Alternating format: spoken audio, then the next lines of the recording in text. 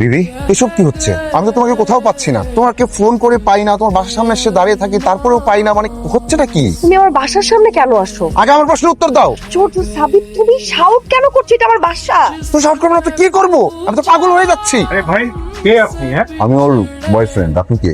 ও boyfriend. আমি কে সেটা তোর কাছে জিজ্ঞেস করেন না। উনি কে? চুপ করে আসো কেন? উনি কে?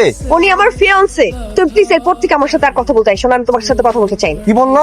তুমি কি ইংরেজি বুঝো না? বললাম ওনার সাথে আমার বিয়ে ঠিক হয়েছে। ও আচ্ছা, এই জন্য এই অবস্থা। আমি ফোন করে পাই না, আমি বাসার সামনে এসে দাঁড়িয়ে থেকে পাই না, কোথাও পাচ্ছি না। তাহলে আমার সাথে কি ছিল? অভিনয়, নাটক ছিল? ভাই বিশ্বাস করেন, আমার সাথে তার দীর্ঘদিনের প্রেম ছিল। আমি জীবনে একটাই প্রেম করছি ভাই, তার সাথে আমার বিয়ে হওয়ার কথা। আপনি একটু খোঁজ খবর নিয়ে বিয়ে করবেন না? আপনি বা কি করলেন এটা ভাই? বিশ্বাস করেন, ওরে আমি ভালোবাসি। দেখো বাচ্চাদের মতো আচরণ করছো কেন? প্রেমে পড়লে মানুষ বাচ্চাই হয়, প্রেম মানেই বাচ্চা।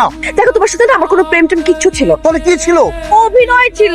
আমি রিভেঞ্জ নিয়েছি তোমার সাথে। বাহ বাহ বাহ বাহ, নারী অভিনয়ের জন্য সেরা রে, সেরা। এই কথাটা আসলে সত্য, এটা আমি হারারে টের পাচ্ছি তোমাকে দেখার পর।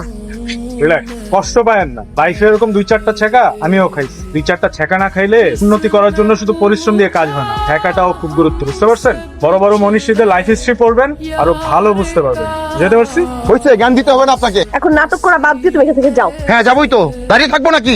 একদম চিরতরে চলে যাচ্ছি, কোনোদিন আমার চোখের সামনে আসবো না।